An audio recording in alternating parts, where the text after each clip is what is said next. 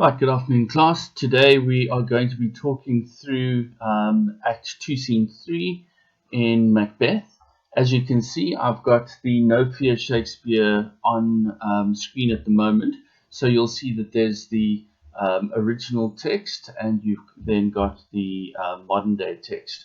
As we work through it, I'll be reading primarily from the original text, referring to the modern day text, and if there's anything else that I will be needing to chat through, then I will do that.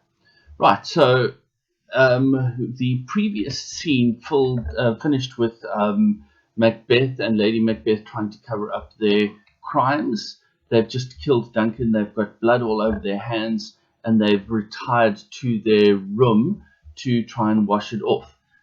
As they are about to go to their room to cover up their crimes or whatever, there's a knocking heard at the door, and they begin to well, they don't begin to panic or whatever, but Macbeth's assertion there, I wish you would wake Duncan, sort of, or carry on knocking, I wish you would wake Duncan because he knows he's dead now. Right, so this is the porter. The porter is obviously the doorman that goes to the gate, and he's going to let in the visitors. We don't know who they are at this stage, but we just know there's knocking there. Right, so the porter says, here's a knocking indeed, obviously referring to this doof, doof, doof. So in the theatre or in the movie, you'll hear this banging on the door or whatever. The audience will then anticipate a response. So here's a knocking indeed. If a man were a porter of Hellgate, he should have old turning the key. So if a man was the porter of the gate of hell, he would get old, or he'd get tired, or he would let a lot of people in. And it's humorous because basically he's setting himself up as being the hell porter, but it's also a subtle way of referring to Macbeth's castle as hell. And we know within the greater morality of the play, just before Duncan arrived at Macbeth's castle, he referred to it as this castle had a pleasant seat, and it was almost like heaven-like.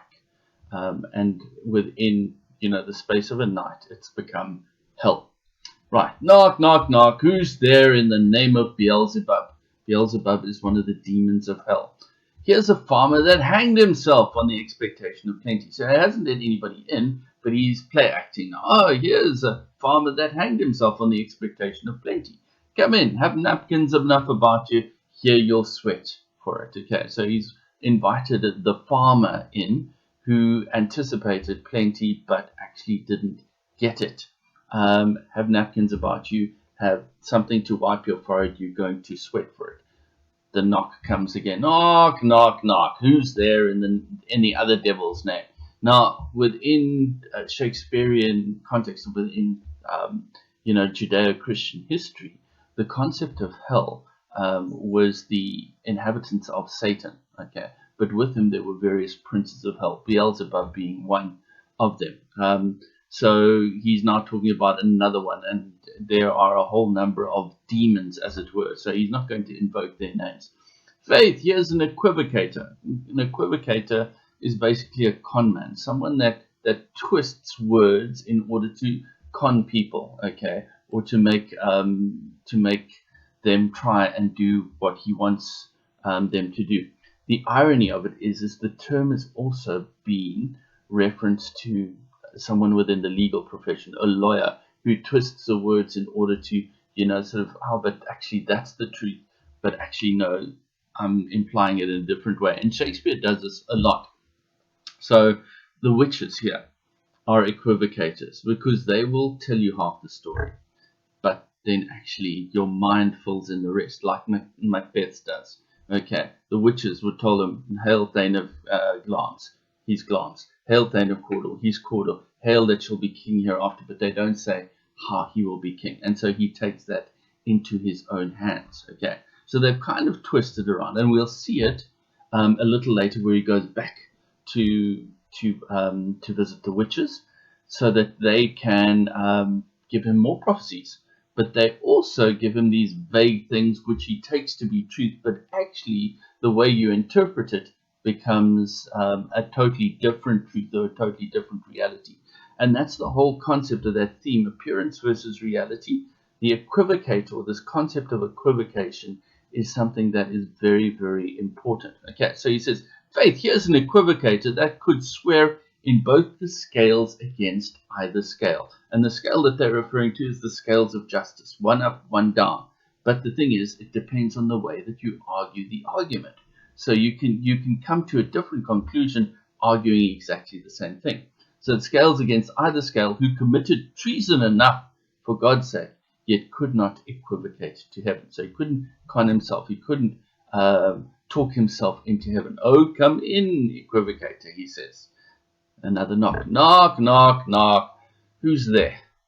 Faith, here's an English tailor, come hither for stealing out of a French hose. Come in, tailor. Here may you roast your goose. Okay. So basically, an English tailor is someone that dresses people, obviously.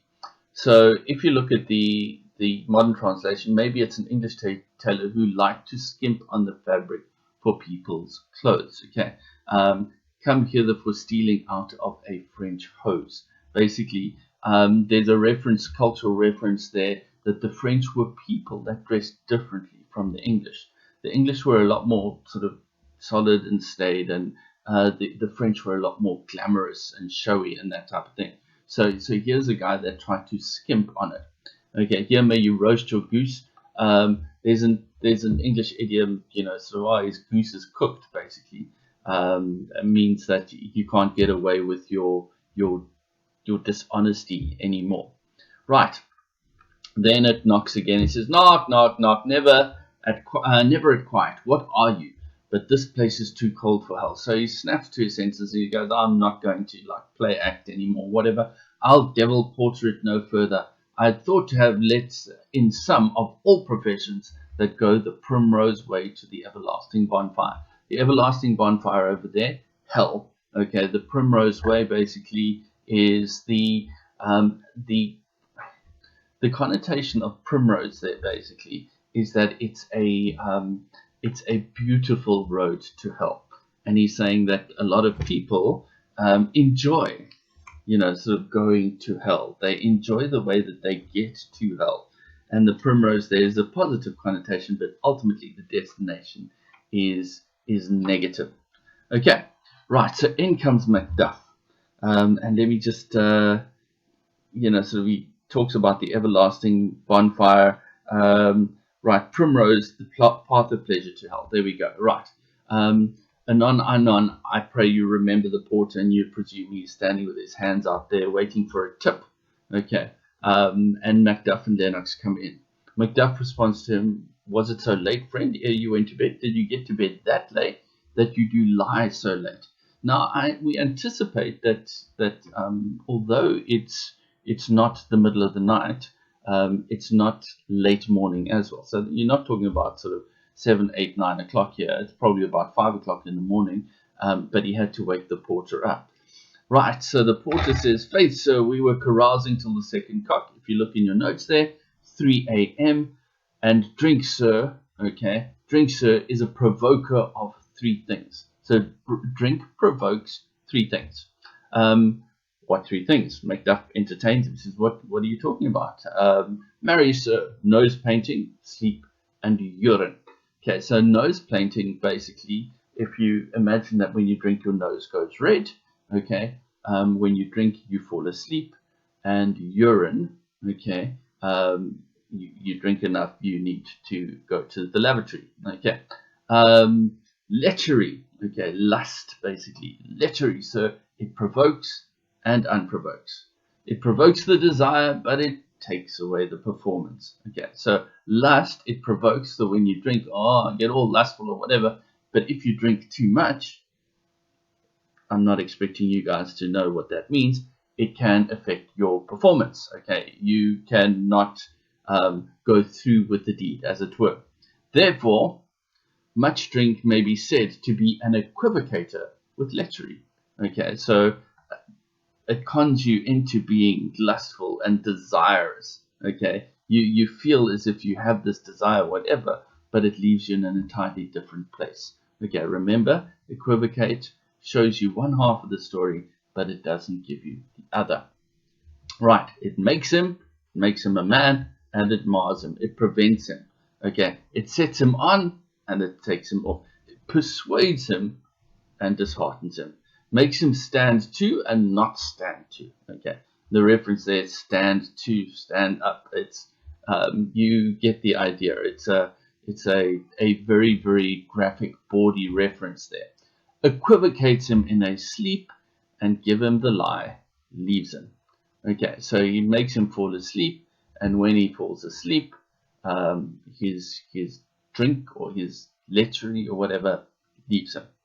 Right, and then Macduff says, right, I believe drink gave thee the lie last night, so I believe you had a bit too much to drink. I just want to go back to that other statement over here. Right, so it might make you dream about erotic experiences, but when it leaves you asleep and needing to pee. So basically, you might have these erotic dreams because you've now been drunk, but actually it leaves you dissatisfied ultimately. Right. Then the porter responds to Macduff, that it did, sir, at the very throat on me, but I requited him for his lie, and I think being too strong for him, though he took up my leg sometime, yet I made a shift to cast him. Okay, let's just have a look at the modern day text over there. Right, I did drink too much. It got me right in the throat, but I got even with it. I was too strong for it, so I was able to hold my liquor, as it were. Although it weakened my legs and made me unsteady, I managed to vomit it out and laid it flat on the ground. So it's almost as if he was wrestling with this drink and he managed to get the better of it. Macduff doesn't have time for this like banter, as it were, back and forth or whatever. So he goes and he says, "Is thy master stirring? Is your master awake?" And that's referring to Macbeth over here. Right, our knocking has awakened him because Macbeth comes in. Here he comes. Right, good morrow, noble sir, good morrow both, says Macbeth. Is the king stirring, worthy thane? Is he up yet? Is he awake? Macbeth, not yet. He did command me to call up timely on him. I've almost slipped it out, so I'm almost too late because he asked me to call for him early. Macbeth says, I'll bring you to him, okay, fully knowing there's, he's not going to find Duncan in the state that he wants to find him in. Duncan is dead. Right, I know this is a joyful trouble to you, but yet 'tis one, says Macduff. I know that you've enjoyed hosting it, and sorry to be a pain, but we carry on. Okay, right, and Macbeth again plays the part. The labor we delight in physics pain. This is the door. Okay, the work we enjoy is not really work. So he doesn't mind showing him to Duncan. Right, Macduff goes in. I'll make so bold to call, for 'tis my limited service. That's my job. Lennox engages Macbeth in a conversation. Goes the king's hens today? Macbeth responds, he does. He did appoint it, so yeah, that's his intention to go. Lennox then goes, the night has been unruly where we lay. Our chimneys were blown down, and as they say, lamentings heard in the air, strange screams of death and prophesying with accents terrible, of dire combustion and confused events, new hatched to the woeful time. The obscure bird clamoured the livelong night. Some say the earth was feverish and did shake. Okay, so basically he's describing the fact that he had this weird or bad night. I mean, it was storming. It took blew their chimneys down. There were lamentings in the earth, so almost the wind was blowing, so it sounded as if it was screaming, and strange screams of death, and prophesying with accents terrible, of dire combustion and confused events. So that whole theme of the reversal of the natural order. Remember, great chain of being. Okay, the order is now reversed. So the king has been supplanted by someone that shouldn't be king, and so nature again is out of sync.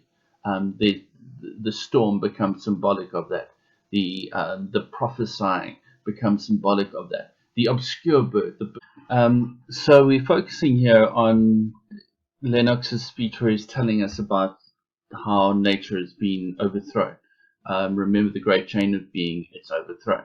Macbeth agrees with him and says, "'Twas a rough night." Okay, it was a rough night. My young remembrance cannot parallel a fellow to it. So Lennox acknowledges the fact that, hey, that I've never actually known a night that was as bad as that.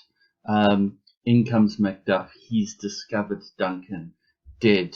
And he says, "Oh, horror, horror, horror. Tongue nor heart cannot conceive nor name thee." So this is beyond words. This is beyond belief. They're both, "What's the matter?" Macduff says, "Confusion hath now made his masterpiece. Most sacrilegious murder hath broke open the Lord's anointed temple." Okay, and stole thence the life of the building. Right, the Lord's anointed temple, according to the Bible, the temple of the Lord, or the temple of God, has become the body of man. But he's referring to the Lord's anointed temple being Duncan here. And so murder has broken open this anointed temple, this body, and stole thence the life of the building. The building, as it were. Duncan, the life has been stolen from him. Confusion hath now made his masterpiece. So the worst thing imaginable has happened. Confusion basically tagging onto that whole concept of everything is upside down. It is confused. Macbeth turns around. "What is you say? The life? What are you talking about? The life? Mean you his majesty?" And Macduff says, "Approach the chamber and destroy your sight with a new Gorgon. Do not bid me speak. See and then speak yourself." So it says, go into the chamber yourself, go into the room yourself, and destroy your sight with a new Gorgon. A Gorgon basically was a mythical creature, like Medusa was a Gorgon, that turned you to stone. And so Macduff saying he can't actually speak about what he's seen. They must go in, and themselves, their tongues, their whole being will freeze. They will be turned to stone. In there, you will make you freeze with horror over here. If you have a look at what they're saying, right? And then he shouts out, "Awake, awake! Ring the alarm bell! Murder and treason! Banquo and Donalbain! Malcolm, awake! Shake off this downy sleep, death's counterfeit, and look on death itself." Okay, sleep is a picture or a counterfeit or a copy of death. Up and see the great doom's image. Malcolm, Banquo, as far as your graves, rise up and walk like sprites to countenance this horror. Okay, so he's waking Malcolm, he's waking Banquo, he's waking Donalbain. He says, "Get up out of your bed." Okay, as from your graves, get up as if you were rising out of your grave. Walk like sprites, spirits, okay, to countenance, to see this horror. And then ring the bell, basically. In comes Lady Macbeth. Again, appearance versus reality. What's the business? What that such a hideous trumpet calls to parley the sleepers of the house? Okay, what hideous trumpet? What call? Okay, brings everybody to speak. To come together. All the sleepers of the house come together. Macduff, "O gentle lady, 'tis not for you to hear what I can speak. The repetition in a woman's ear would murder as it fell." Okay, it's quite an ironic statement there, because he's saying, "I don't want to distress you as a woman. If you heard what I had to, if you heard what I had to say, it would be too much for it. Your ears and your heart is too sensitive." What do we know about Lady Macbeth? She planned the whole thing. She knows what it's all about. She's been back to that scene, and she smeared the blood on the grooms. She planted the daggers. She's got blood on her own hands. And yet Macduff is very sensitive to the fact that no, a lady cannot be party to this. Okay. "Oh, Banquo, Banquo, our royal master's murdered," he continues. Lady Macbeth, "Woe, alas, what? In our house?" "Yes, of course, you planned it." Okay. Just think back to that. So the raven is hoarse that croaks the fatal entrance of Duncan beneath my battlements. Banquo, "Too cruel anyway. Dear Duff, I prithee, contradict thyself and say it is not so." So he says, "Macduff, contradict yourself. Say the opposite and tell me it's not what you're saying it is." And then in comes Macbeth. "Had I but died an hour before this chance, I had lived a blessed time, for from this instant there's nothing serious in mortality. All is but toys. Renown and grace is dead. The wine of life is drawn, and the mere lees is left this vault to brag of. Okay, so basically he said, if I died before this, I would have lived a blessed life. But because I have seen this, okay, there's nothing worth living for. Life does not have any more meaning for it.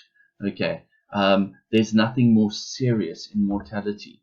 There's no more seriousness in death. All is but toys. It's like a game. Okay, now literally, he's gotten or he's done this in order to get to the most serious thing within his life, and that is the kingship. Right, renown and grace is dead. Okay, so fame and grace is dead, referring to the king. The irony of it is that renown and grace is dead in his life as well. He is going to become, instead of famous, he's going to become infamous. Instead of going to become gracious, he's going to become cruel. The wine of life is drawn, and the mere lees is left this vault to brag of. Okay, so the wine has been poured out, and only the dregs remain, and that refers to there's an image of blood being poured out there, but the wineskin or the bag in which the wine is kept is just left there. Donald Bain and Malcolm coming. What's wrong? What is amiss? Macbeth responds to them, you are and do not know it. You are. Okay, not you are, but you are. You're amiss. Why? Because something is wrong with your lives. Your father has been killed. You are and do not know it. The spring, the head, the fountain of your blood is stopped. The very source of it is stopped. So Duncan is being compared to a room, now he's being compared to a fountain. Okay, the fountain of their bloodline from which they come has been stopped.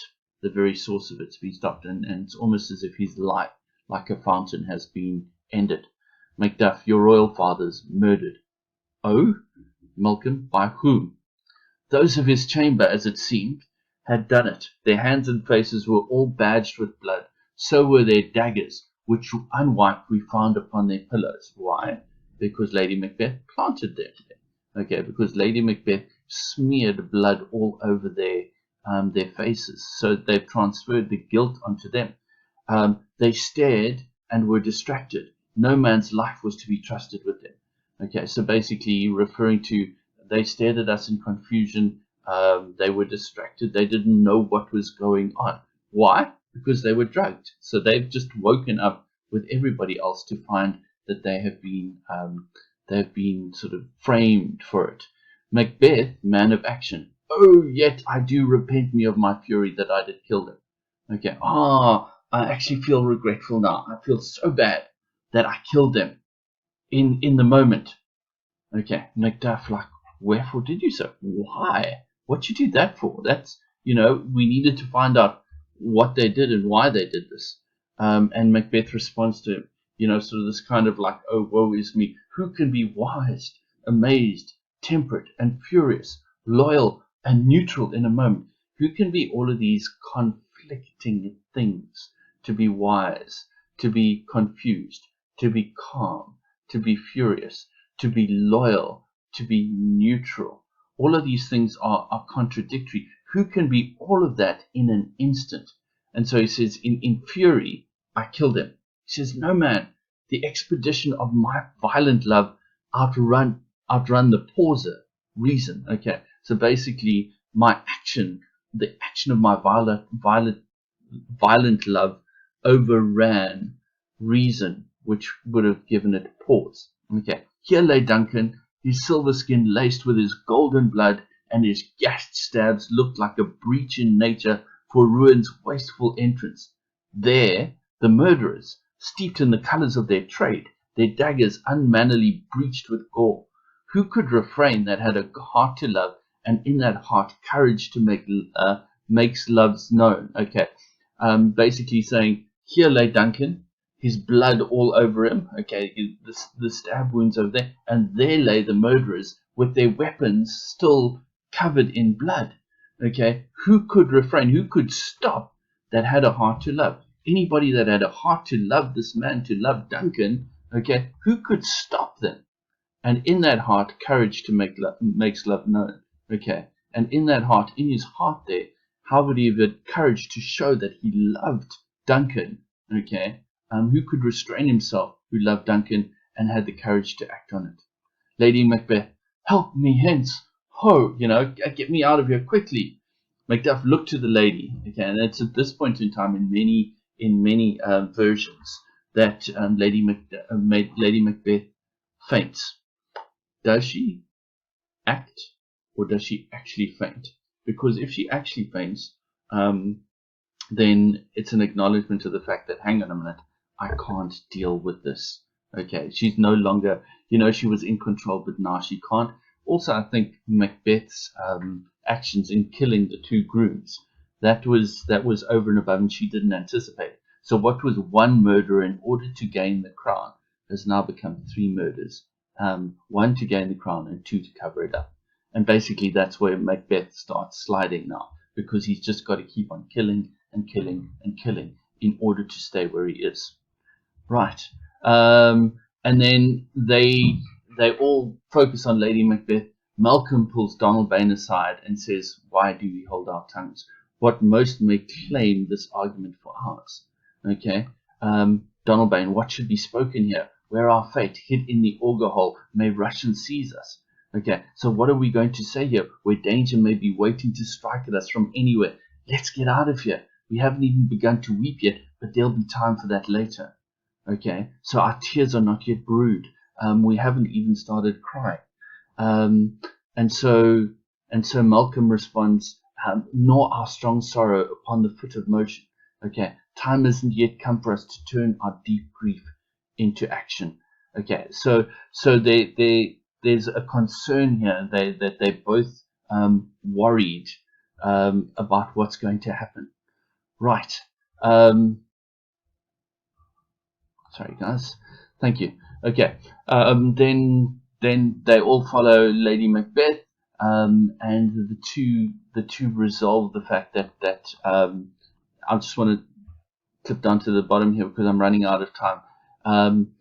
Malcolm says, what will you do? And he's referring to Donalbain. Let's not consort with them. To show an unfelt sorrow is an office which the false man does easy. Okay, so it's easy to feel sorrowful here. It's easy to show our sorrow being false. Okay, let us go and mourn where we can.